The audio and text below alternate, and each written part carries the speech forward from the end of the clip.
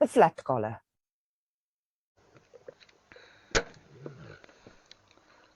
Is jou collar? Ja, collar. The focus of today's unit is the flat collar. The flat collar is not. It is important to realize that the flat collar is not a half-check training collar. It is not a choke or a check chain. It's not a bandana. It's not an electronic collar. And it's also not a stop pull collar. Should my dog wear a collar? There are a few things you should consider when deciding whether your dog should wear a collar or not. Let's analyze this question. Number one, to wear. That's a verb. The flat collar is the only piece of equipment that your dog may wear at all times. No other collar, especially training collars and chains, should be left on any dog at all times. Number two, my dog. Each dog is unique and each dog is in a unique situation. Number three, collar. There are many types of collars for dogs. For this learning path, we focus on the flat collar. So this collar is very nice because not only can you use it for identification, but it also has a D-ring and you can use the collar for training. One can adjust it actually from quite large to very small. So they last long, especially on a growing dog. This includes leather collars with a buckle, and all the theory in this unit may be cross-applied as needed. The benefits or functions of a flat collar. There are many functions for a dog flat collar. These functions manifest as benefit 1. Identify your dog by affixing your contact details and microchip tag, if applicable, to the collar your dog wears. If your dog were to be stolen or escapes the yard, it makes it easier for other animal lovers or Samaritans to return your dog home. Benefit 2. Ability to bring your dog under quick control. Wearing a collar at all times equals quick response time. Especially a dog in training benefits from managed teaching moments. Benefit number 3.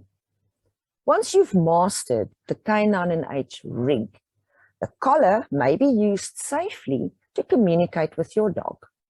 The flat collar is an excellent starter collar. As your dog matures and becomes more advanced in training, decisions to continue or discontinue using the flat collar for training need to be made based on the dog's age, softness, hardness, drives, owner to dog weight ratio, environment, and many more considerations. So, should my dog wear a collar? There are warnings that we will discuss in this unit. These must be considered as part of your decision whether a dog in your care should wear a collar at all times or not. During the course of this learning unit pertaining to collars, you will discover the questions you need to ask yourself and decide the best strategy for your dog. Parts of a quality collar. In the following video, I take you through the parts of a standard adjustable dog collar. I also show you how to check for quality. It is good to have an understanding of what your collar will be used for in future, so you can purchase the correct one from the get-go. If you are unsure, stick to the standards set out in this video, and your regular use flat collar should more than suffice. The first part of the canine flat collar that you need to take into account is the clip. It needs to be very sturdy and strong, made of a good material. The other side of the clip, again, we need good quality. This one actually has a lock, which I love, because that means I can lock that and be sure that my dog is not going to escape. The part where you adjust the collar needs to first of all be strong, but it's very important to test that part of the collar to see whether it slips or not. We don't want a collar that slips easily on this part of the collar, because that means that the collar continuously adjusts during training, and by the end of a session, the collar may well be too big for your dog and your dog could slip out. It's very important that it doesn't slip on its own. So to test that, turn the collar on its side, insert your fingers, and then grab the front part, and then you're going to just pull it. You can see it's moving slightly, but with pressure only. Okay. The cheap quality collars will slip easily. You can also test it in that direction. This is more realistic because this is the direction in which the collar will be pulled by the dog. This collar is made of nylon. Now, even though I don't like nylon on a leash, it's not so bad on a collar. So it's a very strong material. This collar has reflective stitching, which makes it easy for me to find my dog at night. And also, if I go for a walk after dark, he is easy to see. And then always look at the stitching of the collar. Needs to be nice and solid stitching on both sides with no loose ends. On a dog that pulls and a dog that is in training, the stitching is going to keep your dog under control. And on the back, also make sure that the stitching over there is of a good quality. The next thing to consider about your dog collar is, does it have a place where I can attach my tag? So my dog's identification tag with his name and everything on the back. I've attached 2 rings just to make sure that it's very secure. The stitching on this little tag, little toggle, is very solid, which I like. So this link here is for attaching your leash.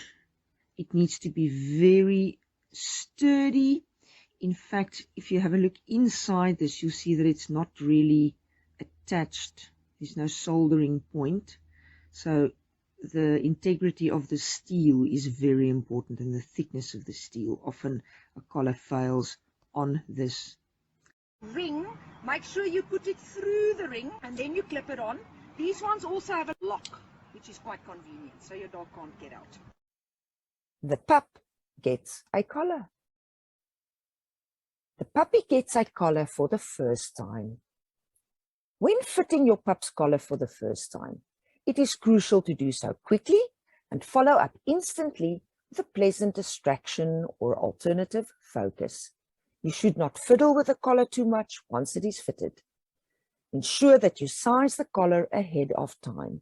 Once you pop the collar on, the pup should barely notice the new sensation around his neck.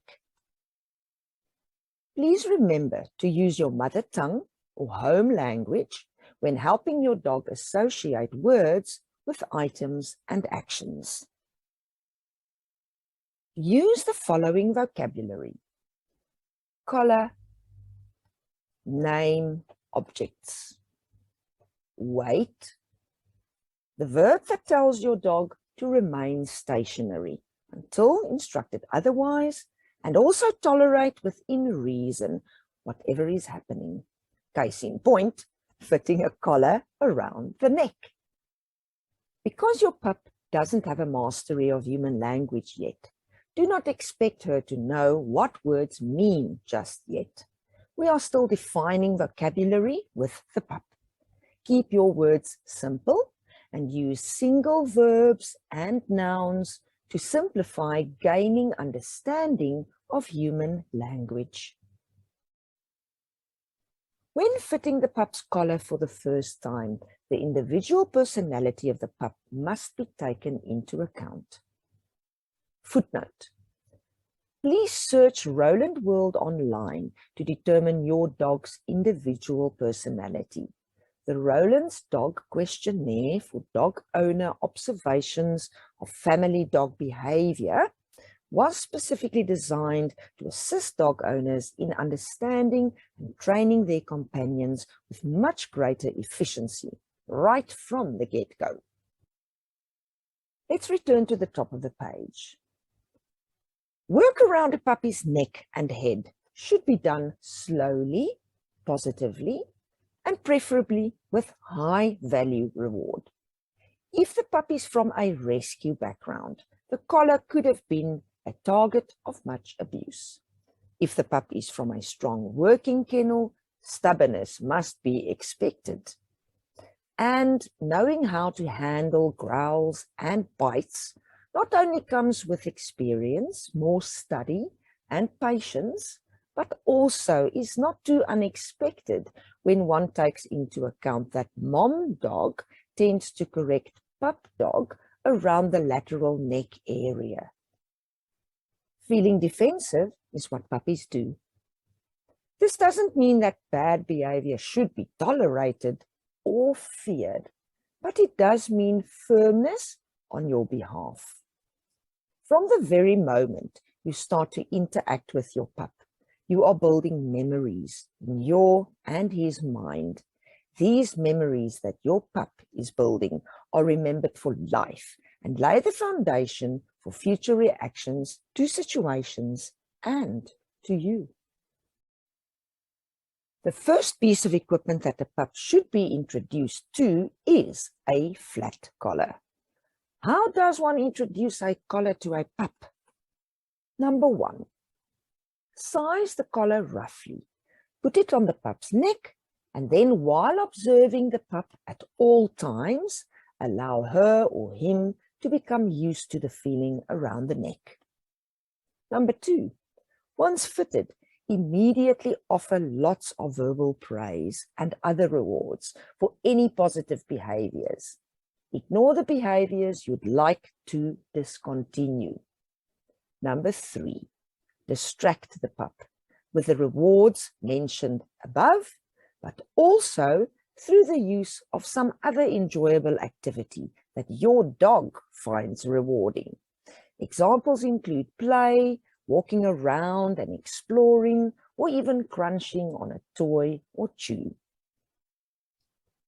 Collar fitting is in and of itself a negative experience for a dog. It removes freedom and the dog cannot see or reach the object. It is akin to a person becoming used to wearing a watch, slightly irritating at first, but soon beyond the just noticeable difference threshold. Our final goal is to ensure that the pup has a positive association with this invaluable piece of equipment. Some puppies need repetition of introduction and may not initially accept the collar. For these and pups in other unique situations, regularly placing the collar on the pup and taking it off after some positive progress may be the best strategy. Overly reactive pups may need additional assistance. Footnote: problem behavior associated with flat collars is beyond the scope of this learning loop. Fitting the collar correctly. The flat collar should not sit too tight or too loose around your dog's neck. You should be able to get 2 fingers in under the collar for a loose enough fit. Let me draw your attention to the picture on the right, where I demonstrate how to check for a loose enough fit. The collar should also be tight enough not to slip over your dog's head and get lost. The picture on the left shows me checking a flat collar for tight enough fit. Remember to check the collar's tightness regularly. Since dogs constantly change weight, this should be done every 2 weeks as they grow and once a month in adulthood. The flat collar checking procedure.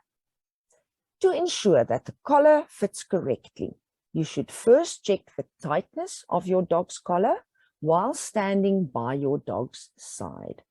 After that, move to the front of your dog and check the collar for excessive looseness. In the following video, Tsunami helps me demonstrate the correct sizing of a flat collar. Your dog has a unique neck to head ratio. Therefore, your ideal fit is the perfect balance between too tight and too loose. Use the following vocabulary. Check your collar. Wait. Good boy. Good girl. Sien? Ons kyk gou. Okay, now I can get almost 4 fingers in there and it can go over the head. Wag. Wag.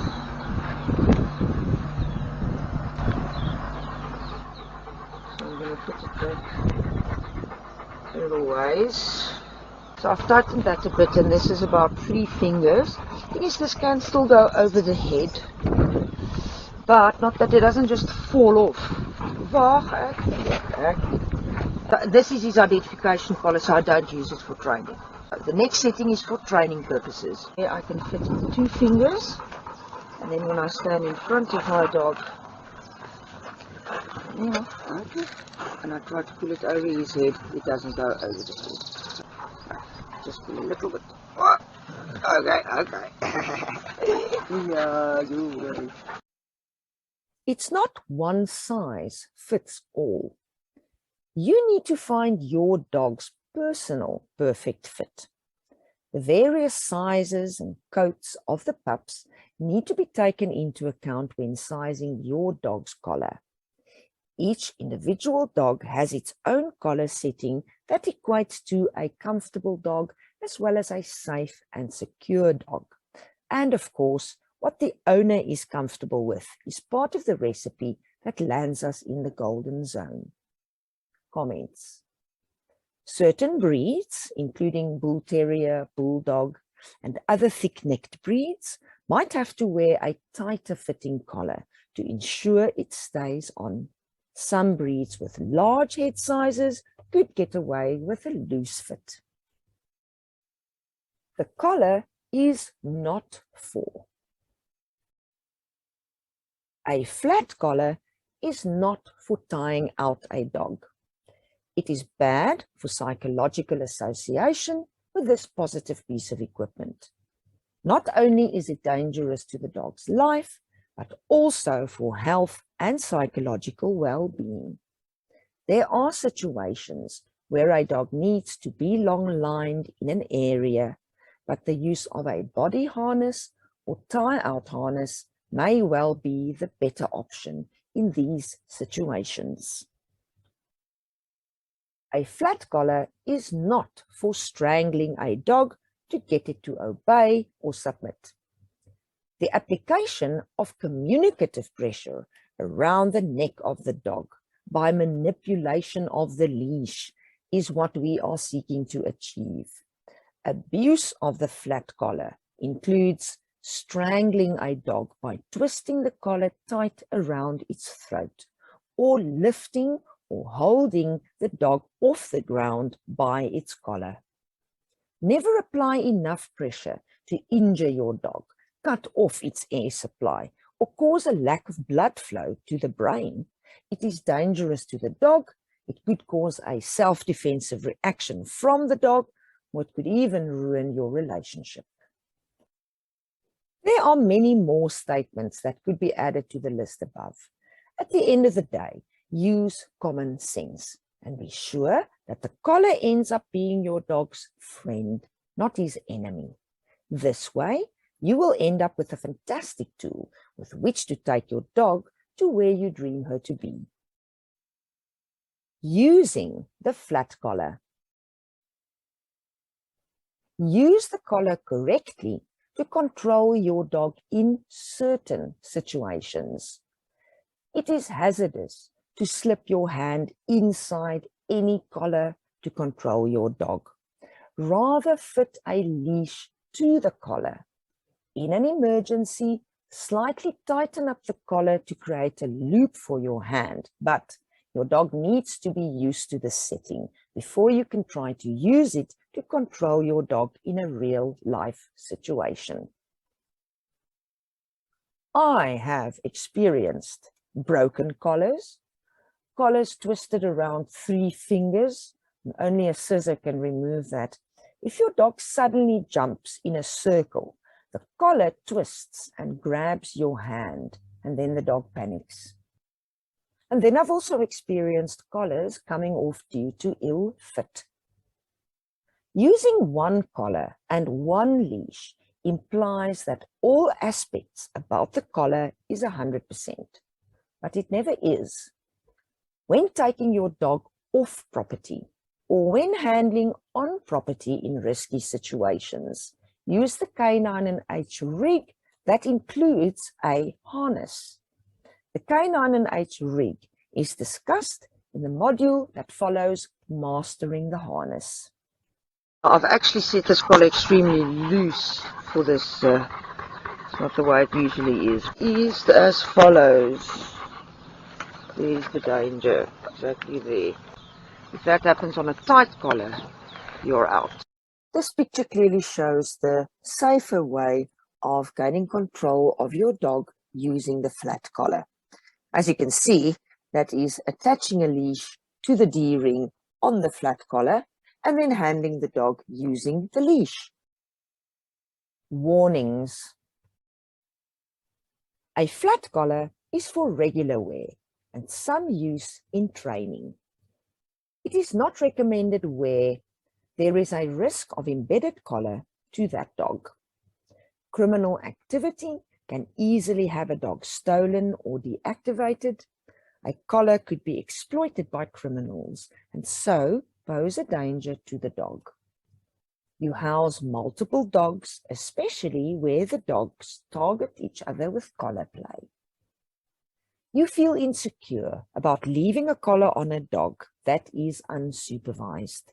It may be best in the interest of the individual dog to pass on her wearing a flat collar at all times. A dog has a bad history of abuse involving the neck. A dog suffers a disability or defect that makes a collar impractical or harmful. Injury or wounds are present. Tying out a dog. A dog encounters much risk of being accidentally hooked by the collar, for example, out in rough bush or by barking through palisade fencing. You may find a flat collar utterly harmful when used alone with a leash. Use it in conjunction with the correct harness. This is especially true for headstrong dogs and those geared for pulling. Breed and individual RDQ, personality, should be taken into account to ensure a correct match between the dog and the equipment. Footnote. Roland Dog Questionnaire, RDQ, is a questionnaire that captures dog owner observations of family dog behavior. The objectives you reached in this module. Now you, 1. Know what a flat collar is. 2. Know what the flat collar is not. 3.